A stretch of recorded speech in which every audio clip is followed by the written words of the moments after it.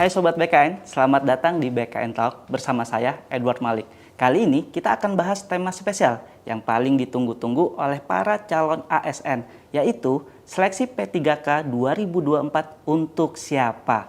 Nah, sesuai dengan tema yang spesial kali ini, tentunya narasumber kita juga spesial loh. Kali ini saya sudah bersama dengan Deputi Bidang Mutasi Kepegawaian BKN, Bapak Aris Windianto.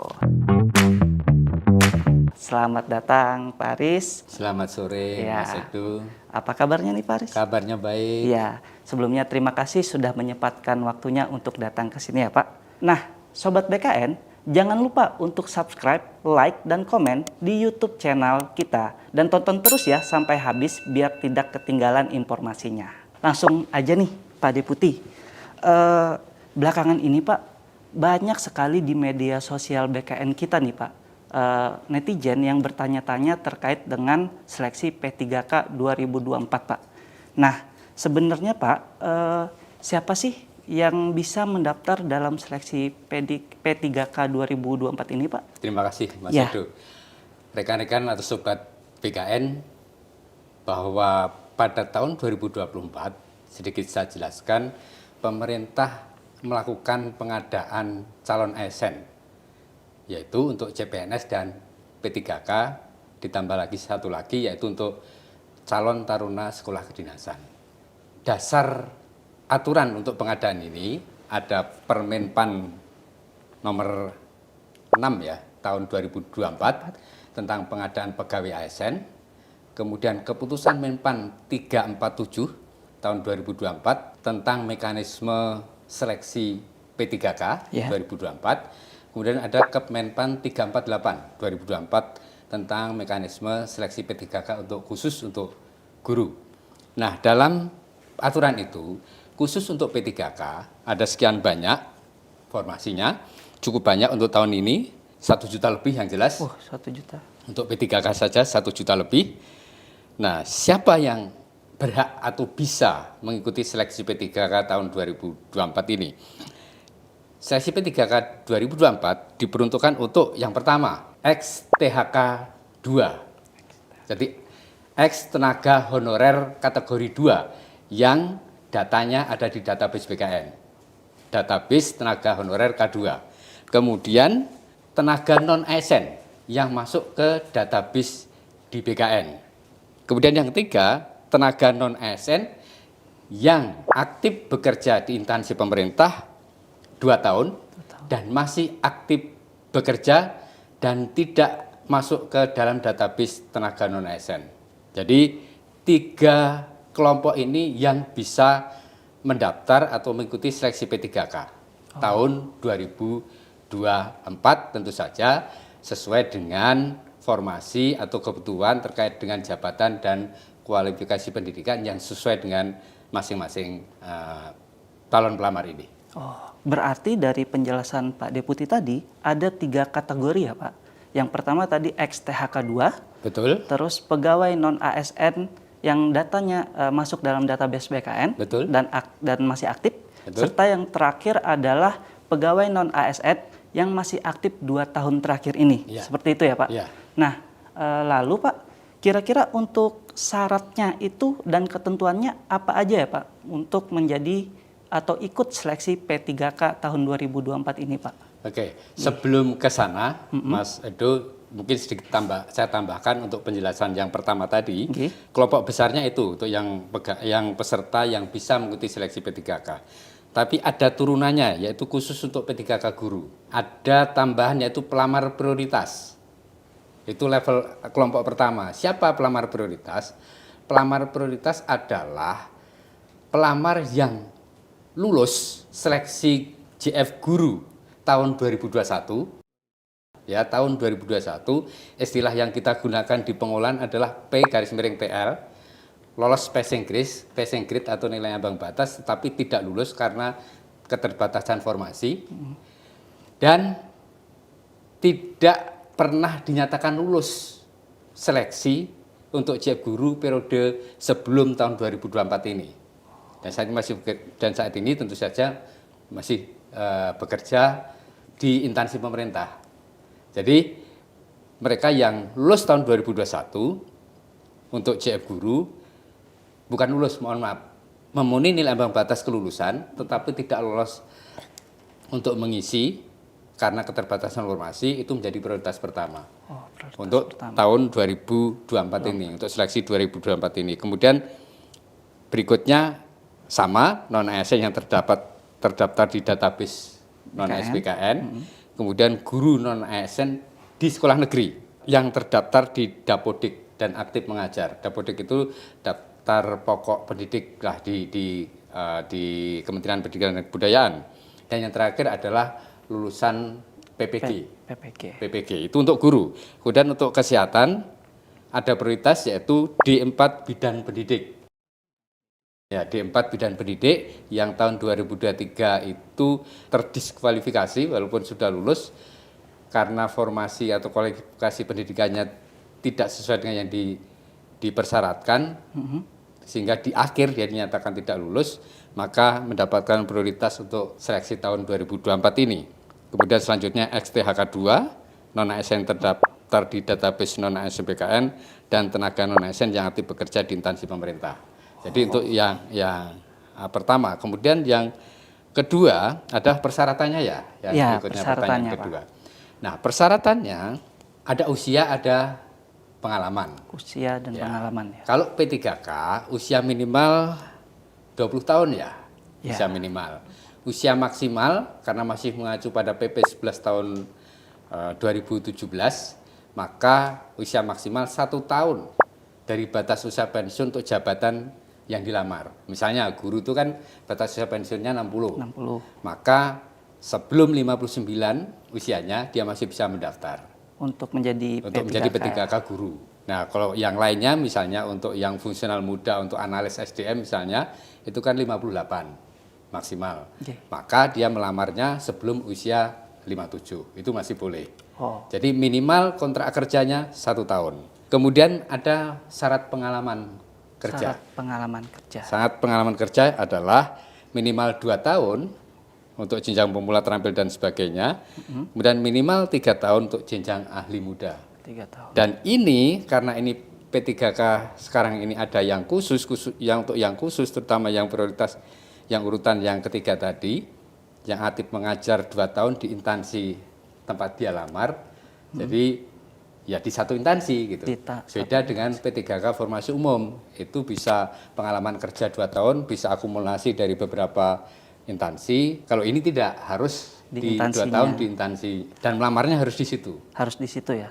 Betul. Berarti soalnya ada pertanyaan seperti ini Pak. Misalkan ada XTHK2 yang aktif bekerja di instansi A, sebutlah. Ya. Terus dia ingin melamar menjadi P3K di instansi B, atau ada orang umum ingin melamar P3K di suatu instansi. Berarti hal itu apakah masih dimungkinkan Pak? Kalau yang nomor 1 tadi, XTHK2, dia masih bekerja. Ya. Itu wajib. Wajib di instansi A lagi berarti dia mendaftarnya. Di instansi A lagi. Oke. Itu untuk yang XTHK2 maupun tenaga non-ASN, maupun yang ada di database, maupun tenaga non-ASN yang tidak ada di dalam database. Tidak ada dalam database. Prinsipnya adalah aktif bekerja. Aktif bekerja. Untuk yang dia tidak bekerja menjadi tenaga non-ASN di suatu instansi, jelas tidak bisa melamar. Untuk P3K tahun 2024 ini. Berarti memang dikhususkan ya Pak? Seperti dikhususkan. itu, dikhususkan.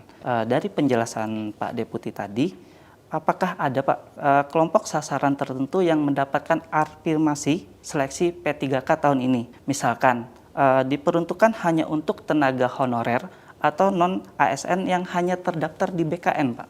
Begini, jadi berdasarkan keputusan Menpan 347, 348, dan yang lainnya, kelulusannya berdasarkan prioritas. Untuk yang Kemenpan 347, prioritas pertama adalah XTHK2. XTHK2. Prioritas kedua adalah tenaga non-ASN yang ada di database BKN. Prioritas ketiga adalah tenaga non-ASN yang tidak ada di database BKN. tetapi masih aktif mengajar selama 2 tahun terakhir ini dan masih mengajar dan melamar di instansi tempat dia bukan mengajar, bekerja maksud saya. Dan melamar di instansi tempat dia bekerja. Gambarannya gini implementasinya. Kalau di instansi A ada 10 THK2 untuk satu jabatan. Kemudian formasinya tersedia 25 untuk jabatan itu, maka pasti yang bersangkutan THK2 tadi 10-10-nya pasti keangkat sepanjang yang bersangkutan mendaftar dan ikut tes, ikut seleksi. Karena kelulusannya ranking. Tadi 25 formasi ya. Iya. 10 sudah dipakai oleh ex-THK2, sisa 15. 15 ada tenaga non-ASN yang masuk database BKN sejumlah 50 dari instansi itu untuk jabatan itu. Maka tenaga non-ASN yang ada database yang lulus ada 15 orang. Oke, sisanya karena 50 kurang 15 masih 35. Ya. Dia tidak lulus. Kemudian masih ada lagi tenaga non-ASN yang tidak ada di database BKN, yang bekerja di situ dan punya pengalaman 2 tahun. Benar. Sejumlah misalnya 20. Dia juga mendaftar, tapi pasti dia tidak lulus.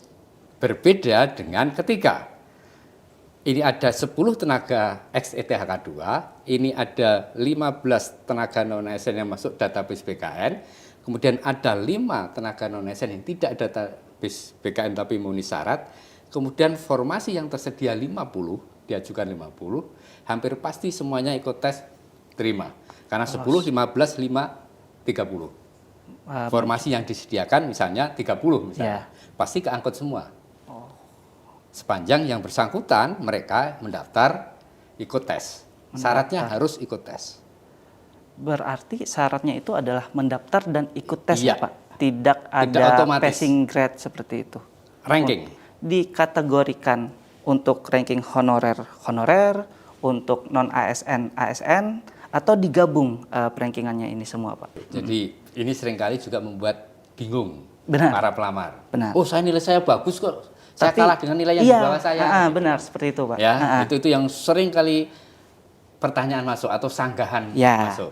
Tadi sudah saya sampaikan berdasarkan peraturan keputusan Menpan 347, 347, kemudian 348, kayak 347 umum, 348 itu khusus guru, kemudian berapa untuk yang 9 untuk kesehatan. Kesehatan, benar sekali Pak. Itu ada prioritas untuk seleksi P3K tahun 2024 ini.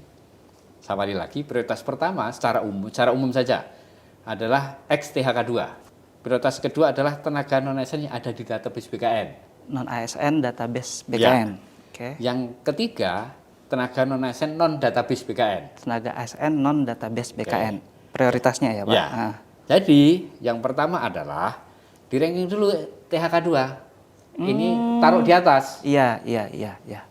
Oke, misalnya formasinya lebih dari ex-THK2 ini dan sesuai dengan formasinya atau kualifikasi pendidikan dan jabatannya, ini pasti akan keangkat semua. Oke. Yang ex-THK2. Kemudian baru yang tenaga non-ASN yang database BKN di ranking. Kalau formasinya masih tersedia, mereka lah yang lolos sesuai dengan rankingnya, peringkatnya. Kalau masih ada sisa formasi, ada atau tidak pun tetap dilakukan, di ranking lah yang tenaga non-ASN non-database. Yang masih tersedia formasi, keangkatlah sesuai dengan peringkat terbaik. Sisanya tidak terangkat. Oh, berarti Pak Deputi seperti ini ya, kalau ibaratnya orang awam yang memandang perankingan itu, misal THK2 mendapat nilai, misal nih Pak, mendapat nilai 50. Betul. Tapi pegawai non-ASN yang database dapat nilai 100. Ya. Itu tetap THK2 yang diutamakan karena prioritas tadi ya Pak? Iya. Oh, seperti itu. Baik. Nah, untuk guru ada tambah satu prioritas lagi. Apa itu Pak? Yang PTL. P itu memenuhi ambang batas kelulusan. Tahun TL itu tidak lulus. Tidak. Oh, oke. Jadi lolos passing grade tapi tidak lulus karena tidak tersedia formasi. Habis formasinya dia kalah peringkat. Ini menjadi prioritas pertama. Lebih pertama lagi dari THK2 tadi Pak ini. Oh, tapi itu namanya pelamar prioritas. Pelamar prioritas. Tapi ini hanya untuk guru berarti ya Pak? Ya, hanya untuk guru. Hanya untuk guru. Tapi nah pelamar prioritas ini juga di ranking dulu. Oh. untuk kelompok pelamar prioritas ini misalnya ada banyak, dilihat XTHK 2 mana dulu itu ditambahkan. Kemudian tenaga non-ASN database yang seperti itulah gitu ya. Berarti gitu. Ibaratnya pelamar prioritas ini juga terbagi ada XTHK 2 seperti betul, itu lagi ya Pak. Iya. Nanti baru di bawahnya XTHK 2 lagi yang baru seperti itu. Iya. Oh. Yang tidak ikut seleksi 2021. Benar sekali seperti itu. Atau tidak lulus tidak memenuhi nilai ambang batas kelulusan di seleksi tahun 2021. Nah, tadi Pak Deputi sudah menjelaskan juga terkait kategori honorer dan non ASN ya Pak. Iya. Nah, apakah memang dua hal ini merupakan dua kriteria yang berbeda, Pak? Jadi honorer itu honorer, non ASN itu non ASN. Betul. Nah, dan apakah bisa dibilang semua pekerja yang bekerja di instansi pemerintah itu dapat di luar PNS dapat dikelompokkan dalam dua kategori ini, Pak? Apa tersendiri lagi dia? Jadi nomenklatur atau istilah itu kita mengacu pada aturan atau kebijakan yang dituangkan oleh Kementerian PNRB tadi sudah saya sampaikan. Jadi kalau XTHK 2 atau tenaga honorer K2 itu dulu kita ingat tahun 2004 ya, terkait dengan pengangkatan tenaga honorer menjadi CPNS. Yaitu diawali dengan THK 1 yang langsung diangkat, hanya seleksi administrasi, kemudian ternyata dianggap sudah selesai, ternyata masih ada yang tertinggal dan seterusnya, maka ada gelombang kedua yaitu THK 2. THK 2 kemudian dilakukan pakai seleksi, dan ternyata masih didata dulu oleh BKN, diverifikasi validasi oleh BKN dan BPKP, kemudian dilakukan seleksi, sudah diangkat tetapi tidak bisa seluruhnya terangkat karena keterbatasan informasi. Nah, sisa yang belum terangkat tadi, itulah yang dinamakan tenaga honorer kategori 2. Ex tenaga honorer kategori 2 yang database-nya ada di BKN. Mungkin sekarang masih ada sekitar 300 sampai 400 ribu. Saya kurang tahu pasti, karena itu bergerak seiring dengan ada beberapa yang mengikuti tes calon ASN dan diterima, jadi mengurangi data itu. Berarti jadi dinamis, berkurang ya Pak? Berkurang, jelas berkurang. Kemudian ada kebijakan di PP 49 tahun 2018 tentang manajemen P3K bahwa instansi dilarang mengangkat lagi tenaga honor atau istilah lain yang sejenis. Istilahnya apapun tapi sejenis tidak boleh melakukan pengangkatan. Kemudian batas akhirnya adalah tanggal sekian gitu. Dan ada surat Menpan terkait dengan pendataan tenaga, digunakanlah istilah tenaga non ASN. Dilakukan pendataan dan ada tadinya 1,7, sekarang mungkin tersisa 1,3 di database BKN. Oke, dan itu melalui verifikasi validasi dari BKN dan BPKP. Tetapi di luar itu masih banyak bukan PNS, bukan P3K, bukan tenaga yang masuk database BKN, bukan ex tenaga honorer yang betul-betul bertugas. Misal, sopir, cleaning service, dan sebagainya yang memang tidak masuk kategori dalam pendataan tenaga non ASN. Ini masuklah ke kelompok tenaga non ASN yang di luar database BKN maupun yang orang-orang yang bekerja di instansi pemerintah untuk pekerjaan-pekerjaan tertentu, jabatan tertentu di luar pramugari, cleaning service dan sebagainya, tapi tidak masuk ke database BKN dan betul-betul masih aktif bekerja sampai hari ini. Nah, itu tenaga non ASN yang non database. Non database ya. Nah, berarti tadi kita masuk ke data non ASN yang tidak masuk database, Pak. Betul. Untuk mereka, apakah mereka masih memungkinkan mendaftar seleksi P3K 2024, Pak, yang tidak masuk database tadi itu, Pak? Ya, terima kasih Mas Edo. Jadi Sobat BKN, bagi teman-teman atau sobat-sobat yang tidak masuk dalam database tenaga non-ASN BKN, masih ada peluang untuk mengikuti seleksi P3K tahun 2024 ini. Syaratnya adalah tersedia formasi. Tersedia formasi, satu. Yang kedua, melamar di instansi tempat dia bekerja saat ini. Itu kemudian tadi walaupun kelulusannya, tetapi prioritas kelulusannya di urutan ketiga. Di urutan ketiga ya. Pertama adalah XTHK 2, Benar. kemudian tenaga non-ASN yang masuk Database. kemudian tenaga non-ASN yang tidak masuk database Dan yang masih aktif bekerja minimal 2 tahun sampai dengan hari ini. Itulah teman-teman yang tidak di database itu bisa melamar di situ. Syaratnya melamar dan ada jabatan yang sesuai dengan kualifikasi pendidikan. Kalau instansi menyediakan formasi untuk jabatan pelaksana, silahkan teman-teman itu bisa melamar di jabatan pelaksana itu. Pelaksana. Ya. Pak Deputi, terangin sekali lagi dong. Tadi saya masih sedikit belum memahami terkait adanya tenaga kerja non ASN yang termasuk database BKN dan yang tidak termasuk database BKN. Nah, apa sih kriteria atau ciri tanda bahwa tenaga kerja non ASN itu sudah masuk database BKN begitu? Bagaimana cara mengetahuinya tuh mereka? Terima kasih yang sudah subscribe. Bagi yang baru menemukan channel ini, like videonya, klik lonceng, dan hidupkan notifikasinya. Jangan lupa di subscribe. Seperti itu.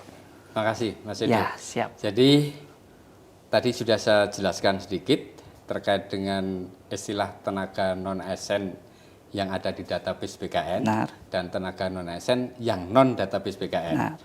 Nah, untuk mengetahui apakah rekan-rekan atau sobat BKN namanya masuk dalam database tenaga non-ASN yang ada di BKN, database BKN, itu yang pertama harus diingat dulu apakah pada waktu pendataan itu ikut dalam pendataan itu, pendataan tenaga non-ASN itu Ikut pendataannya. diusulkan ke BKN. Kalau lupa atau antara ingat tidak ingat, hubungi admin instansi, dalam ini di pengelola kepegawaiannya, untuk cek di datanya. Cek Karena juga di instansi pasti bisa untuk melihat itu apakah nama saya misalnya atau nama teman-teman ada dalam database tenaga non-ASN yang ada di BKN hasil pendataan. Ya, jadi hubungi instansinya. Kalau di daerah BKD atau di pengelola admin kepegawaian di satkernya masing-masing, baru nanti akan dibantu untuk melihat itu. Dicek ya, ibaratnya Pak. Betul. Seperti itu. Jadi untuk kawan-kawan yang masih ragu apakah dirinya sudah terdaftar di database BKN, bisa langsung hubungi instansinya ya Pak di satkernya masing-masing seperti itu. Pasti nanti akan dibantu. Nah, menurut Pak Deputi sendiri nih, dari tadi sudah menyebutkan sekitar alokasi formasi pelamar P3K tahun ini sekitar 1.300.000 kurang lebih ya Pak. Apakah nanti proyeksi pelamar P3K tahun ini akan melebihi jumlah formasi apa enggak ya Pak? Baik, alokasi formasi yang disediakan oleh pemerintah melalui Menpan RP itu untuk P3K kurang lebih 1,3 ya. Benar. Tapi usulan yang masuk dan ditetapkan itu 1.11.397 untuk sampai dengan hari ini karena kemungkinan masih bergerak karena ada instansi yang belum selesai mungkin. Nah, jadi 1 juta lebih lah gitu. Nah, kalau pelamarnya kemungkinan besar akan lebih dari 1 juta. Membludak lagi Pak. Ya, karena di database saja sudah berapa ya, pelamarnya ya. Tapi serapan atau realisasi formasinya belum tentu. Harusnya untuk P3K ini karena khusus, artinya instansi menetapkan atau mengusulkan rincian formasinya itu sudah melalui analisis di samping kebutuhan juga jumlah dan sebaran calon pelamar, dalam arti ada XTHK 2-nya, ada tenaga non-ASN yang masuk database BKN, dan ada tenaga non-ASN yang tidak masuk database BKN yang memang bekerja di instansi itu. Jadi kalau instansi sudah melakukan penghitungan dan semua tercover sesuai dengan apa yang ada, kita harapkan jumlah 1.011.000 lebih ini akan terpenuhi. Karena ini kan formasinya khusus sebetulnya. Benar sekali, benar. Ya. Sebenarnya khusus formasinya kan? Berarti kemungkinan besar juga akan terpenuhi ya Pak? Ya mendekati lah, Oke. kalau lebih nggak mungkin, tapi kalau terpenuhi mungkin. Ya. Oke. Baik Pak Deputi, tadi sudah dijelaskan beberapa hal tentang tenaga kerja honorer, baik non-ASN yang terdaftar di database BKN dan tidak terdaftar di database BKN. Nah, sebetulnya Pak, kita di media sosial ini, seperti tadi saya sudah sampaikan di awal ya, banyak aspirasi atau pertanyaan dari netizen nih terkait dengan P3K tahun ini. Nah, dan sudah kita rangkum dalam segmen Emang Boleh Tanya-Tanya Sul. Berikut videonya Pak, silahkan.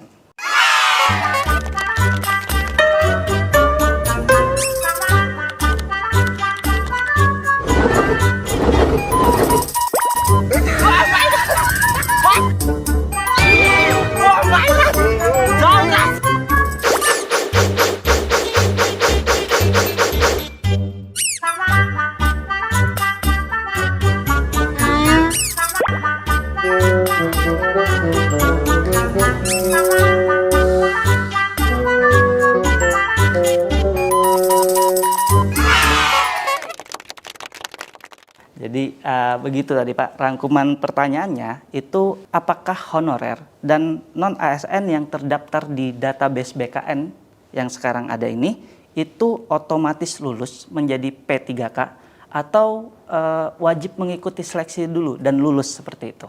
Jawaban singkatnya, wajib mengikuti seleksi.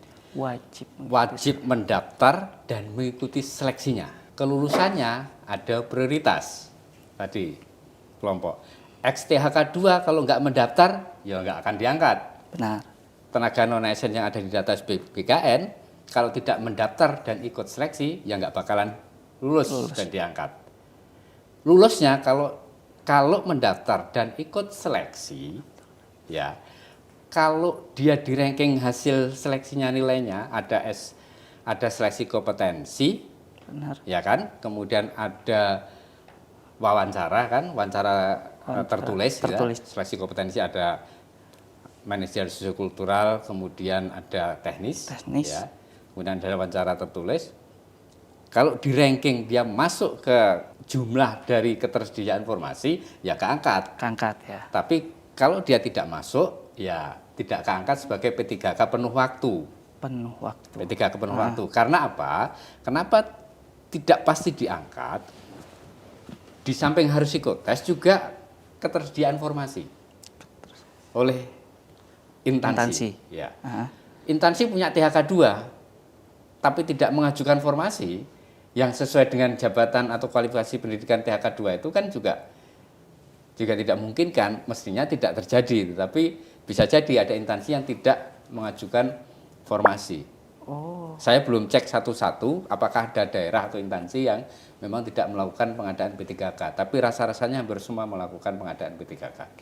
Berarti yang penting tuh daftar dulu. Betul. Dan ikut seleksinya ya, Ya. Pak. Itu pasti Itu syaratnya. Syaratnya Ya. seperti itu. Nah, ini Pak, ada juga pertanyaan tahun ini seleksi P3K 2024 dengan jumlah formasi P3K yang sekitar 1.100.000 tadi ya Pak, Ya. sekisaran itu terbilang cukup besar dan Ya. bahkan bisa 5 kalinya untuk CPNS formasinya. Betul, 200 sekian CPNS. Benar sekali. Apakah ini bisa menjadi tanda atau dianggap menjadi tahun terakhir atau kesempatan terakhir bagi pegawai honorer dan non-ASN itu untuk mendaftar sebagai P3K Pak? Kalau kebijakan bahwa XTHK 2 tenaga non-ASN yang ada di database BKN hanya bisa mendaftar atau tahun ini sebagai kesempatan untuk mendaftar terakhir, saya kira tidak.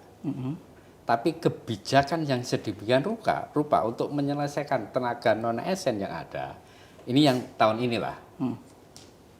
Kalau tidak semuanya terserap, kan begini, ke depan prioritas itu P3K. Ke depan tahun Kedepannya, depannya, tahun-tahun seterusnya itu kemungkinan besar antara CPNS dan P3K akan lebih ke P3K. Tapi P3K yang tahun-tahun ke depan bukan dikhususkan untuk penyelesaian tenaga non-ASN ini. Tapi teman-teman yang ada di database tenaga non-ASN bisa ikut diseleksi di tahun depan. Tahun depan seperti itu ya. Kebijakannya pasti mengikuti kebijakan Tahun depan. tahun-tahun seterusnya. Nah, benar. Itu bisa jadi ada passing grade, Benar. gitu ya. Bisa jadi syarat-syarat lain. Apalagi ini sedang disusun RPP tentang manajemen ASN. Ya. Ya, jadi kemungkinan ada perubahan-perubahan kebijakan terkait dengan penataan tenaga non ASN maupun terkait dengan seleksi calon ASN. Oh. Gitu Nah, ya. terkait kebijakan BKN nih Pak, ada pertanyaan nih. Sebenarnya dalam proses seleksi P3K ini yang berwenang Pak mengangkat para pelamar ini meloloskan sampai jadi P3K itu siapa Pak? Dan apa sih tupoksi atau wewenang BKN dalam seleksi P3K ini Pak? Oke. Silakan. Yang berwenang meloloskan, gimana ya saya menjawabnya? Yang berwenang meloloskan atau bisa membuat seorang pelamar lulus dan diangkat menjadi P3K sebetulnya aturan. Aturan, bukan siapa-siapa, bukan. Aturannya ini. Kita firm dengan aturan itu, lolos. BKN hanya memfasilitasi untuk tesnya. BKN fasilitasi untuk tesnya. Ya, instansi hanya memang punya kewenangan untuk mengangkat. Tapi tidak sembarang mengangkat kan, harus sesuai dengan aturan tadi. Iya. Jadi yang paling utama yang bisa meloloskan seorang untuk diangkat menjadi P3K, ya yang bersangkutan sendiri. Dengan usahanya gitu ya Pak, dan mengikuti aturan yang sudah ada seperti itu. Oke, Pak Deputi, memang banyak dan panjang ya untuk terkait P3K ini. Nah, betul. Kita sebelum mengakhiri obrolan ini Pak, kita santai dulu, ice breaking. Bagaimana kalau kita main game nih? Boleh? Oke. Gamenya itu adalah game tebak fakta atau opini. Jadi nanti Pak, saya akan membacakan sebuah pernyataan. Pak Deputi yang akan menjawab itu apakah fakta atau opini dengan cepat ya Pak? Ya. Tapi disertai dengan alasannya. Oke. Baik. Siapa? Saya mulai nih. Siap. Oke. Pertama, pengadaan P3K tahun 2024 khusus untuk tenaga non ASN. Fakta atau opini? Opini. Kenapa Pak? Karena pengadaan P3K tahun 2024 ini tidak hanya dikhususkan untuk tenaga non ASN. Karena di sana ada juga yang ex-THK 2. Artinya ex tenaga honorer kategori 2 yang belum terangkat pada saat adanya kebijakan pengangkatan tenaga honorer baik kategori 1 maupun kategori 2. Kedua nih Pak. Siap ya Pak. Seleksi P3K 2024 dianggap hanya formalitas. Para pelamar otomatis diangkat menjadi P3K. Fakta atau opini? Opini lagi. Kenapa Pak? Karena begini, untuk seseorang pelamar bisa diangkat menjadi calon ASN baik itu CPNS maupun P3K. Kalau tahun ini, kalau yang kita bicarakan adalah P3K, ada beberapa persyaratan. Yang pertama dan utama adalah tersedianya formasi jabatan. Sesuai dengan kualifikasi pendidikan. Sekarang tersedia 1,01. Benar. Dari sisi tenaga non ASN yang ada di database itu 1,3 kalau tidak salah. Benar. Itu saja sudah terlihat. Kalau yang 1,3 semua mendaftar, pasti ada yang tertinggal. Ya. Belum yang THK 2. Belum yang tenaga non ASN non database. Ini juga menyambung game yang quiz yang pertama tadi. Benar. Di samping THK 2 ada juga tenaga non ASN non database. Jadi tidak hanya untuk khusus yang tenaga non ASN yang ada di database untuk P3 tahun ini. Jadi syarat untuk yang pertanyaan kedua saya lanjutkan. Syarat pertama adalah tersedia informasi atau kebutuhannya. Ya, sesuai dengan jabatan, sesuai dengan kualifikasi pendidikan. Dan itu untuk masing-masing instansi. Untuk per instansi berarti ya. Bahkan masing-masing lokasi.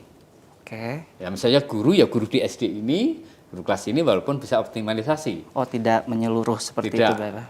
Ada memang yang mengelompokkan, instansi ada yang mengelompokkan, tapi secara umum detail formasinya. Dan tidak semua instansi mengalokasikan sesuai dengan kondisi baik ex-THK 2, tenaga non-ASN masuk database maupun tenaga non-ASN yang tidak masuk database. Tidak semua menyiapkan formasi sesuai dengan kondisi nyata. Contoh, Di Kementerian Sosial ini sekarang mungkin masih ada sekitar 40.000 yang tidak masuk database. Formasi yang disediakan di samping yang masuk database itu ada beberapa ribu, mungkin masih ada ribuan. Sorry kalau saya ralat, saya tidak tahu angka pastinya, tapi ribuan pasti. Yang belum masuk Yang database. belum masuk database. Oke. Nah, formasi yang disediakan tidak sampai segitu. Kalau mereka semua mendaftar, berarti tidak ada yang tidak terangkat kan? Benar, benar. Berarti seleksinya bukan formalitas kan? Benar, Ya. iya. Karena tadi yang terpilih itu adalah ranking yang terbaik ya Pak. Betul. Terakhir Pak, seleksi P3K tahun ini merupakan kesempatan terakhir untuk penyelesaian tenaga non-ASN. Fakta atau opini? Opini. Opini. Wah, opini lagi. Kenapa tuh Pak? Opini. Ah, Iya. Begini, kebijakan pemerintah memang akan diselesaikan terakhir Desember 2024. Itu di kesepakatan pemerintah dan DPR. ya. Ya. Dan pemerintah dalam ini eksekutif, presiden, menteri dan kita ini sudah membuat kebijakan untuk menyelesaikan di tahun 2024 ini. Tapi penyelesaian itu ini juga nyambung ke kuis yang kedua. Saling terkait berarti Iya, ya Pak? Ah. menyambung kedua kan. Bisa selesai tahun ini kalau datanya minimal THK 2 dan tenaga non-ASN yang masuk database, itu semua instansi mengakomodir dari sisi formasinya untuk itu. Oke. Paling tidak selesai di situ. Kalau bisa kita bilang bagi tenaga non-ASN yang database bisa jadi menjadi kesempatan terakhir karena memang selesai. Pasti keangkat kalau kondisinya seperti itu. Tapi seperti yang saya sampaikan sebelumnya, kondisi penetapan formasinya tidak seperti itu. Di database BKN saja 1,3. Ya, Ya kan? benar. Nah, Belum yang tidak masuk database. formasinya 1,01. Benar. Ada selisih 300 300.000. ribuan. Ya, benar. Ya. Mungkin akan berkurang karena ada seleksi CPNS nantinya. Mungkin ada yang milih CPNS kan. Nah, belum yang tenaga non-ASN yang tidak di luar database, dalam arti ada instansi yang mungkin dari sisi PHK 2 dan tenaga non-ASN yang database jumlahnya mungkin hanya 100, tapi dia menyediakan formasi 500 karena yang 400 untuk mengakomodir yang tenaga non-ASN yang non-database. Database. Tapi di sisi lain ada juga instansi yang punya tenaga ex-THK 2 dan tenaga non-ASN 2.000, tapi hanya menyediakan formasi 1.000 karena keterbatasan anggaran. Jadi, apakah nanti ada kebijakan lagi? Saya tidak bisa memastikan itu. Tapi upaya pemerintah untuk menyelesaikan tahun ini 2024 sudah ada. Dilaksanakan. Sudah dilaksanakan. Oke. Hanya memang ada keterbatasan. Instansi tidak semuanya menyediakan formasi sesuai dengan kebutuhan yang sebenarnya atau dengan database dengan data tenaga non-ASN yang sebenarnya karena ada alasan keterbatasan anggaran, ada prioritas dan seterusnya. Apakah tahun depan ada kebijakan untuk penyelesaian lagi? Kita lihat aja nanti, kan belum tahu. kebijakannya bukan BKN, kan? Benar sekali, Pak Deputi. Terima kasih. Sebelum kita tutup nih, terakhir ada ini nggak sih pesan kesan untuk para calon pelamar P3K seleksi tahun ini? Seperti apa kira-kira Pak? Baik, Silahkan. terima kasih Sobat BKN dan juga kandidat-kandidat calon ASN termasuk P3K yang akan mengikuti seleksi P3K tahun 2024 ini, dan juga mungkin keluarga, orang tua, pacar atau calon mertua. Ya. Ada dua hal yang ingin saya sampaikan. Yang pertama, diskusi ini tadi kan mengalir, dan kebijakan pengadaan calon ASN termasuk P3K itu diatur dengan beberapa peraturan dan keputusan. Peraturan Menpan nomor 6 tahun 2024, Kemenpan 347, 348 dan 349 itu adalah dasar dari apa yang kita bicarakan pada kesempatan ini. Oleh karena itu, jangan segan atau jangan malas untuk membaca peraturan itu. Karena banyak variasi dari kebijakan terkait dengan pengadaan P3K. Mulai dari skala prioritas dan seterusnya. Ya. Termasuk optimalisasi dan seterusnya. Jadi saya harapkan teman-teman, Bapak Ibu sekalian membaca peraturan-peraturan tadi. Sehingga bisa lebih memahami lagi. Benar. Ketika ada pertanyaan-pertanyaan yang menurut Bapak Ibu sekalian itu sepertinya kok tidak sesuai, Ya. sepertinya kok tidak masuk akal dan sebagainya. Sepertinya kok tidak adil gitu dan sebagainya. Itu silahkan merujuk pada peraturan-peraturan itu. Itu yang pertama. Yang kedua, sekali lagi, saya terlibat dalam seleksi calon ASN itu sejak tahun 2013.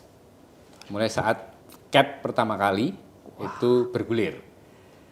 Nah, CAT itu ditujukan, kita bangun, BKN bangun untuk membuat seleksi calon ASN itu lebih akuntabel, objektif dan transparan. Dan terbukti itu bisa kita wujudkan. Mungkin tidak bisa kita menghilangkan sampai nol pelanggaran-pelanggaran terkait seleksi atau fraud terkait seleksi calon ASN, paling tidak itu sudah sangat jauh. Seleksi calon ASN kembali dipercaya oleh masyarakat. Dan saya garis bawahi, tidak ada yang bisa membantu kelulusan. Siapapun itu, deputi mutasi, kepala BKN, atau pejabat manapun di Indonesia tidak bisa membantu kelulusan calon ASN termasuk calon P3K. Apalagi yang ngaku-ngaku pegawai BKN doang ya Pak. Apalagi yang mengaku-mengaku. Jangan ketipu. Oke. Ya. Kenapa banyak yang masih Percaya. menawarkan dan banyak juga yang percaya? Benar. Itu masalahnya. Karena bisa jadi rekan-rekan sekalian nanti lulus atas kemampuan diri sendiri, di sisi lain yang menawarkan itu mendapat keuntungan tanpa melakukan apapun. Coba bayangkan kalau ada yang minta tolong 100, lulus 10. Yang 10 di... Hanya duduk diem. Iya. Ya. Satu orang bayar 100 juta. Kalau 100 kali 100 juta berarti 10M. Kalau 10 kali 100 berarti 1M. Yang 900 kembalikan, 1M masuk kantong. Wah, enak. Yang 900 orang tadi yang enakan yang sekian ngaku-ngaku tadi, ngebantu yang ya Pak. 9M tadi. Bener. Tidak melakukan apapun. Sekali lagi, tidak ada yang bisa membantu kelulusan. Semua sudah disiapkan oleh BKN, mulai dari pengumuman, pendaftaran, sampai dengan pengolahan hasil, dan pengumuman hasilnya itu clear by system, tidak ada intervensi dari pegawai BKN atau petugas BKN. Baik, terima kasih Pak Deputi atas penjelasannya. Sama-sama. Ya, semoga Situ. bermanfaat bagi kita semua ya. Amin. Oke. Nah, bagi Sobat BKN yang mau mendaftar seleksi P3K 2024, jangan lupa untuk membaca surat keputusan Menpan RB tentang mekanisme seleksi P3K 2024 terlebih dahulu untuk mengetahui lebih jelas tentang syarat dan ketentuannya.